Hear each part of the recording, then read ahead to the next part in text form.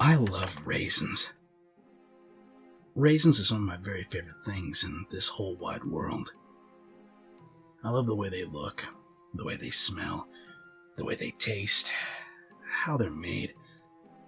It's probably not normal to love raisins as much as I do, but isn't everyone entitled to their own hobbies and interests?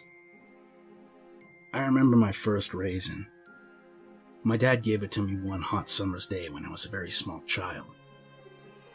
I was awestruck, hooked instantly. It's hard to believe that something that seems like it shouldn't be that big a deal can be so life-changing. But there I was, in my backyard, with my raisin, having my tiny child mind blown.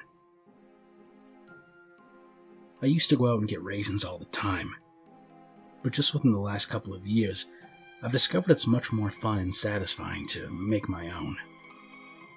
The results are better too. My raisins don't have any of those nasty preservatives that make them disgusting and unhealthy. No, I make mine the natural way by setting them out and letting the sun do its duty. The smell might be my favorite part while I'm waiting for the raisins to dry. It's a sweet smell, and it gets me excited for what's to come.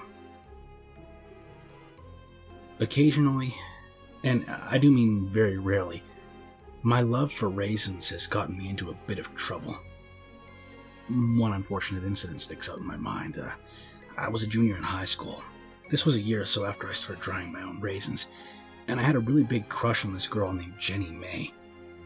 She was the most beautiful girl I'd ever seen, and nice as pie too. I'd liked her ever since I was a freshman, and one day I finally got up the courage to ask her over. "Hey Jenny," I said one day as I stood beside her locker. "Hey Bryce," she said with a sweet smile. "What's up?" I remember being so nervous I started to shake a little.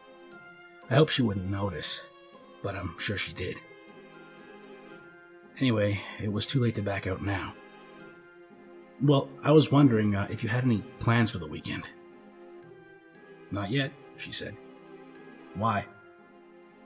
"Well, seeing as you're free and all," I said, "I'd sure like to have you around to my house for some raisins." "Raisins?" She raised an eyebrow. "Yeah," I said. "You know, those dried up morsels of goodness. I rather like them, and I make my own. Of course, I think they're pretty good, but I could use a second opinion." Even at that moment, I wasn't sure where the words I spoke had come from, but if I'm honest, I was quite proud of myself. "So, what do you say?" I asked. She said nothing for a minute, and then, "You know what? That doesn't sound like a bad idea. Maybe I'll even bring something to go with your raisins." And just like that, it was all settled.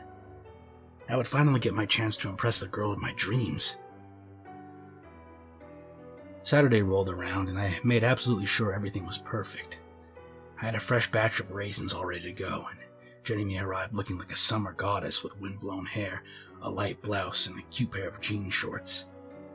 I remember seeing her come up the front walkway and thinking, "Memorize what you see, Bryce, old boy, because that there is what beauty looks like." Jenny had brought a couple of shopping bags with her. She placed them on my kitchen counter and excitedly showed me their contents. "I was wondering what I should bring," she said, "and so I was wandering through the grocery store when I was struck with inspiration. Peanut butter and pretzels." I smiled and thanked her, trying not to reveal my confusion. She must have sensed it anyway, because she followed up with, "Have you never had ants on a log?" "No," I said.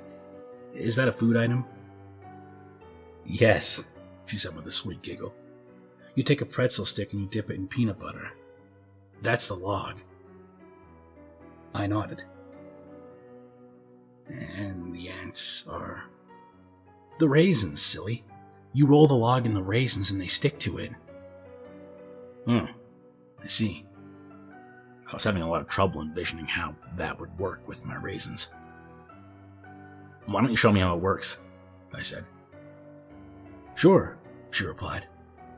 "Where are the raisins?" I motioned for her to follow me and led her out to the backyard. She nearly ruptured my eardrums when she started screaming. "Eh?" I asked. "What's the matter?" "You sick fuck!" she shouted at me and tried to push past me to go back into the house. "No, Jenny, please stay," I begged. "Let me help you." "Don't touch me, you psycho," she screamed and hit me hard in the left side of the jaw. I still regret what I did next. I've thought about it every day since. The shock of being hit sent me into full-on beast mode. I knocked Jenny to the ground, causing her to scream even more, which just intensified my confusion. I had to make the noise stop, so I straddled her and reached for a nearby rock. I lost count after hitting her about 5 times, but eventually she stopped screaming, and then she stopped moving, and finally she stopped breathing. I was very upset to have to do that to Jenny, but even in my grief, I had an economical mind. Why waste the body?